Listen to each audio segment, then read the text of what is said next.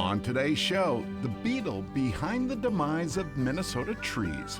A somber story if you're fond of ash trees. Hunters get to work restoring a place called Tiger Lake. And a habitat hero creates a most unique dining experience.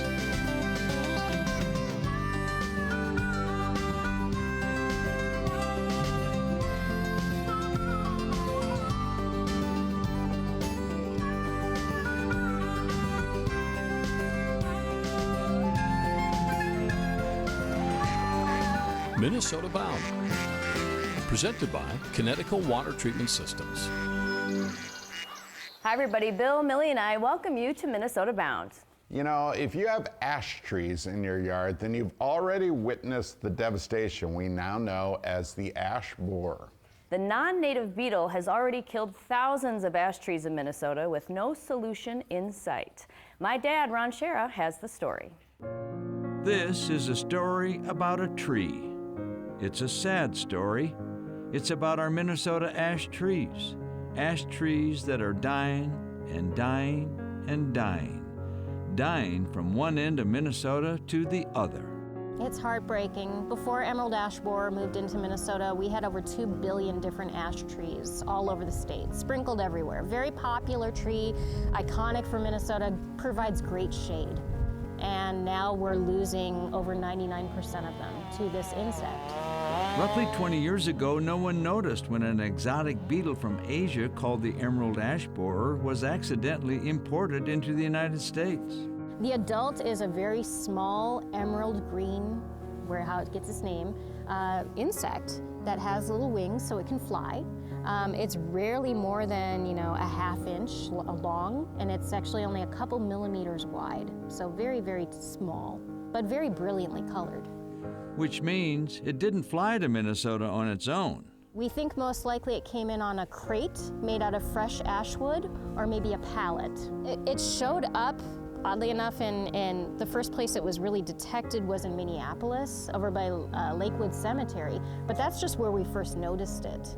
It could have come from the airport because we move a lot of goods back and forth there. Discovered in Minnesota in 2009, the ash borer has since spread its wings to begin slowly killing ash trees. The adults will come and lay their eggs on the bark, and then the eggs will hatch and the young will go inside and they'll feed just under the bark on what's called the cambium.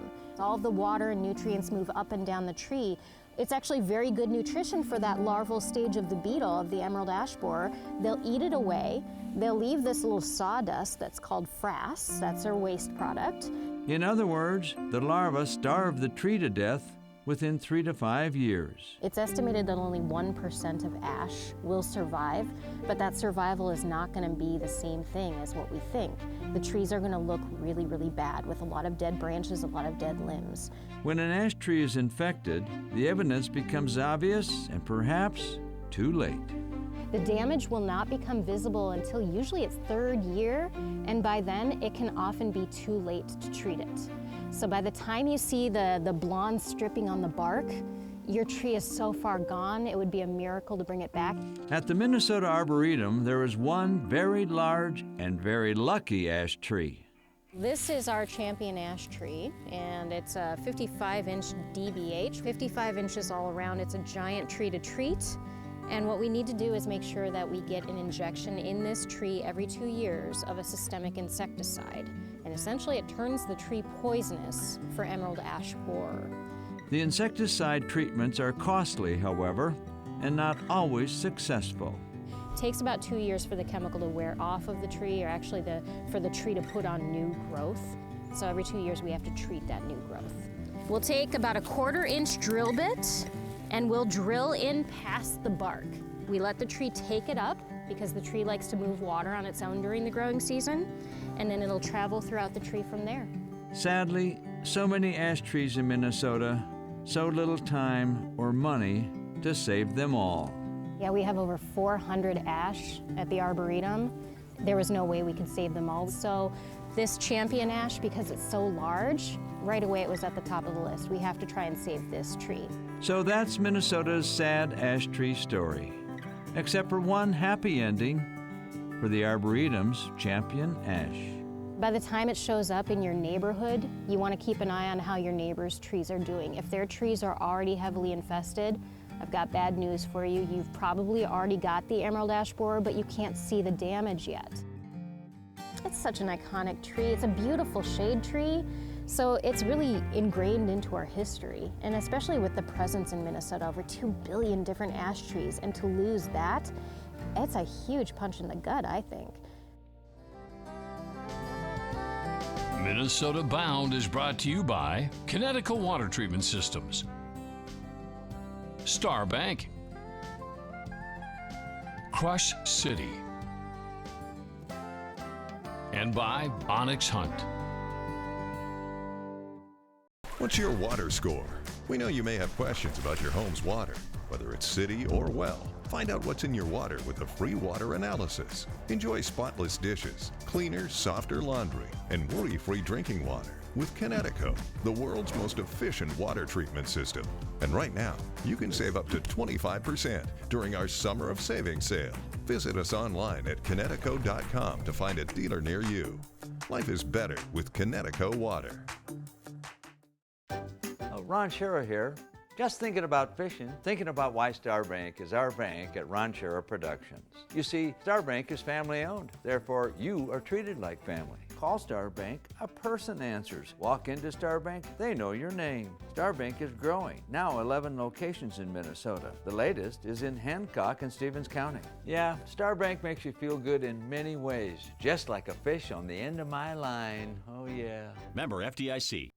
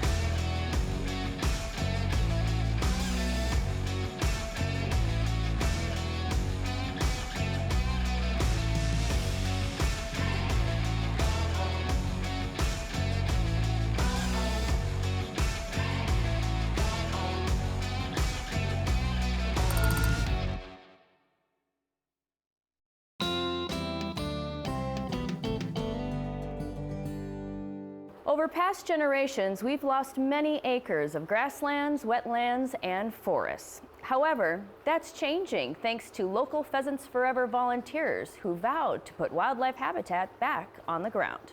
Travis Frank has the story. Everything changes with time. Thank you everybody for coming out. Greatly appreciate it. On the shores of Tiger Lake in Norwood, Minnesota, change looks pretty good if you like wild places. We're working on 3 different tracks today, 3 different pieces. The first one is just going to be over here. We're going to be doing some tree removal along that north edge of the lake. Second one is going to be the shrub property, which is on the far western side over there. John Wortman is president of Pheasants Forever's Carver County chapter. Thanks for coming out. Really appreciate it. Today, he leads their Hands-On Habitat Day. Eli, you are going to be over on 212 as well. You can actually park. There's a parking area like right in here. It's just part of Pheasants Forever's mission to basically just get boots on the ground. Boots, hands, tools, and machines too. We're so blessed to have these natural resources, and we get so much from it. We really do need to give back. Giving back out here means continuing a rehab project that began more than a decade ago. 10 years ago, it was all farm fields. The first tract was actually purchased back in 2013. So it took a couple of years to actually get that restored. The name of the property is actually the Tiger Lake Wildlife Complex. It makes up 800 acres of federal and state land. 800 acres, each one purchased by this Pheasants Forever chapter and restored by their volunteers' hands. One piece at a time. Yep. You've heard of buckthorn, you've heard of prickly ash. All that stuff really needs to be removed. Once we get all this cleared out, you're going to see that there's a lot of very old oaks that are 150 years old. Those are starting to be choked out, so these are just undesirable trees. We want to restore it to what it once was back before this was all turned into farmland. That's why this annual Habitat Day makes volunteers feel so darn good. Yes, it does. You know, they talk about how good like just getting into earth, like digging in the dirt and stuff is, and it is. It's actually very refreshing and actually kind of relaxing. And I think once you do it, you want to keep coming back. Not like an adrenaline dump, but it kind of gives you that like feel good, like there's just something about it to get out here.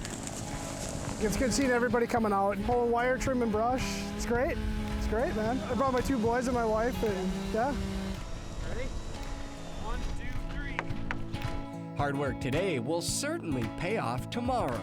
It's so gratifying. You know, we all come from different backgrounds. We all have different occupations, but we all like to be outdoors. We all love the outdoors. Put some gloves on and get a little bit muddy, get a little bit dirty. You know, it's pretty neat. It really gives you a very, very good feeling. Even better, this place is now open for anybody to enjoy.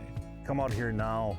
We've been watching ducks fly all morning. We've been hearing turkeys gobble, hearing pheasants cackle back and forth, seeing swans. You know, it's really pretty neat.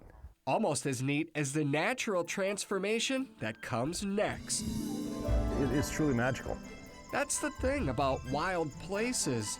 They flourish if we protect them. That's exactly it. That's exactly it. It's beautiful because there are so many different types of wildflowers out here, different grasses, big blue stem that's 5-6 feet tall. At Tiger Lake, old farm fields once again have returned to a native prairie. It took a huge effort to get this restored to where it's at. This needs to be around for generations. I want this land to be permanent. You know, this is really all of our land, but we need to protect it. Hands-on Habitat, a volunteer-driven mission at Pheasants Forever that clearly gets better with time. Still ahead, trash of the past becomes this artist's treasure. But first, a dinner party like no other. That story next. Closed captioning provided by Radco Truck Accessories.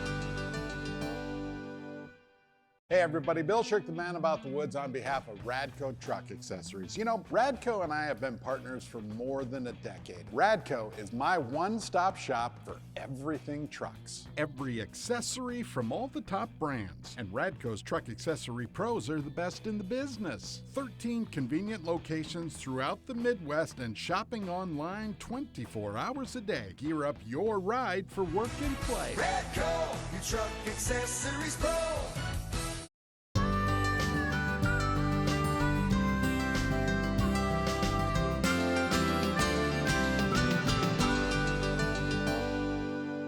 Minnesota conservationist Scott Rawl has done more work than just about any other Minnesotan to try and protect our wild spaces. And now he has brainstormed a new way to get people involved in the outdoors. Travis Frank explains. In the heart of southwest Minnesota's farm country, lush green prairie grass blows in the wind. Scott Rawl planted the seeds here, then he built this perch to watch them grow. Welcome to The Outpost, a tiny hunt camp with huge personality. The Outpost is really a culmination of about 15 years of collection. And we've got all kinds of old gears and cogs and wrenches and such. It's home base for Scott's Habitat mission. Hi, hello, Scott Rawl. Welcome to Dinner in the Wild, boys and girls. I told you the weather was going to get good, didn't I? Yeah. Check it out. Dinner in the Wild, an annual fundraising event Scott created to immerse others into the wild. So we've probably done it, I'm guessing, close to 15 times. And we generally get a different group of people that come every year. Different groups, same habitat-driven hosts. As you're ready, you can yell pull and pull. Oh, nice one. There.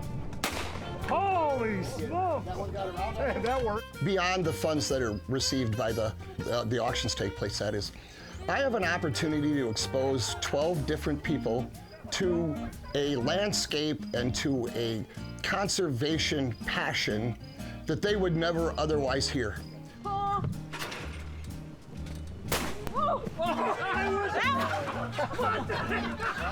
You did it! Oh, that's quite a kickback. Go!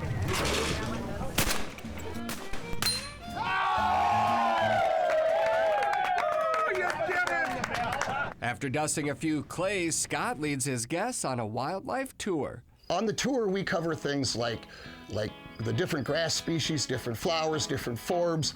We talk about the plight of pollinators that need, or monarch butterflies that desperately need milkweed, and just all of the things it takes to have a well-rounded, well-defined grassland ecosystem. And then we do spend a lot of time talking about the creatures that occupy that. A pheasant chick's diet for the first 4 weeks are almost all insects. And so you want lots of broadleaves. Things, I mean, that when this plant right here is blooming, some insect's gonna be on there. Some little pheasant chick's gonna come up and say, that's lunch. Putting hands-on habitat ultimately creates a connection to this native prairie. This grass here, you will not believe it. You come back here the 1st of September, and this will be 7 feet tall. What motivates me to do the kinds of conservation work I do, it truly kind of comes down to creatures need a place to take a deep breath. You know, you look at the natural ranges of just about any animal in North America, and those ranges have been terribly compressed. Many animals only occupy 20% of what their range used to be. And so I do conservation work because every time we add an acre of grass or restore a wetland or plant some thermal winter cover, it actually gives wildlife an opportunity to take a deep breath. We were put on Earth to take care of the creatures. We need to do a good job of that, and by giving them more places to do that, to do what they do naturally, just wakes me up every morning. Scott hopes this experience will inspire others to fight for more places just like this. If I can touch 12 people, and if I can convince 2 or 3 of those that this is important and they then take action, that's way more total benefit than I can achieve by myself. It doesn't take a whole lot of imagination, you know, what this country would look like. And I can always picture a small herd of bison. It's just immersing them into wildlife and wildlife conservation. And then there's a meal when we're done. A prime rib meal served with a view. Well, Scott, it looks awfully good. I hope you like it. Oh, I like it. I mean, you're not going to see me with a TV show, a cooking show, but one thing we do is we will feed you well. Dinner in the wild, a 5-course experience that's good for the soul. Minnesota Bound is brought to you by Visit Red Wing, Minnesota, Game Fair, and by Totem Resorts, the premier destination for world-class fishing. Welcome to Red Wing, Minnesota, a river town rooted in the heart of the authentic Midwest. In Red Wing, adventure meets serenity, from scenic hikes and river views to biking along the historic Cannon Valley Trail. Sip craft brews, stroll charming streets, and step inside the legendary Red Wing Shoe Company. Immerse yourself in creativity, from vivid art galleries to unforgettable live performances. Red Wing, take time to create authentic experiences.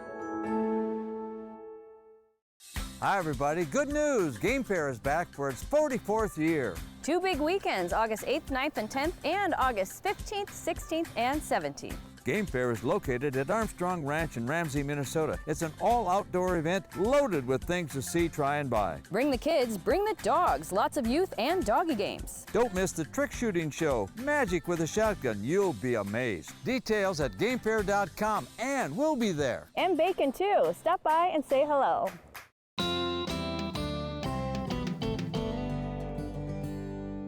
Can you believe over a century ago, many people used to dump their trash into Minnesota lakes? Yeah, thank goodness we've changed. Well, that story sounds pretty awful. A little bit of good actually came out of it. And to understand is to meet Brandy Ringley in Walker, Minnesota. Head north and eventually you'll run into Walker, Minnesota, a town known for all the outdoor stuff Minnesotans love. Most folks come up here for the big lake named Leech. It's the fishing. There's waves, that's good. But something else calls Brandy Ringley to these waters. On a gray day, she searches for color. I try every day, unless it's really bad. Brandy, who lives right along the lake, spends days walking her beach. You can walk down one way and not see anything, and then walk back the same way, and then you see pieces. It's weird. She picks small pieces of Leech Lake history. The green one's great. Bits of glass and stone with a story. All of these came out of our backyard. Yeah.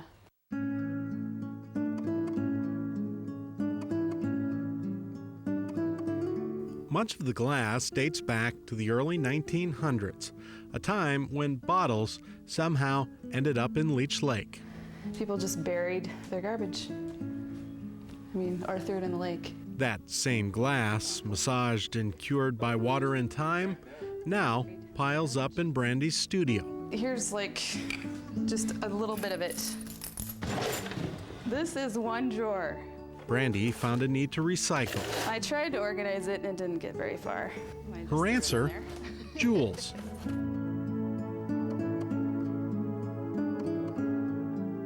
The longer I do it, the better I get, which is with everything. Brandy makes jewelry out of the old lake glass. Every day in the summer, I make jewelry, and every day in November and December, I make jewelry because it's Christmas. She creates one tiny bead at a time. So one thing, I have really short fingernails because I can't do beadwork if I have long fingernails. When she's not looking along Leech, another of Minnesota's lakes hands Brandy glass. I can find it on Lake Superior. A lot of people look for rocks there. I look for glass. Glass that will eventually become jewelry. I sit out here in the summertime. Often, Brandy loses her shoes and works along the beach. It may be the way she connects to the water. It's really fun to be able to create something that people like, you know, want to wear. Almost done. It'll go with anything. Maybe not pink. For Brandy, it's all about the colors. This is one of the rarest colors that we get in the lake. It's kind of an indigo blue. Brandy Ringley found a way to take history and make it a Minnesota jewel. I think that it's great that you can find a purpose for something instead of putting it in a landfill. So cool. Brandy is still making her jewelry today. Yeah, it's pretty incredible how water and time can transform glass. Well, that about does it for us. We hope to see you back here next week. In the meantime, what do we always say, Millie? Remember to introduce a kid to the great outdoors. Transportation provided by Premier Transportation. Call 1-800-899-7433.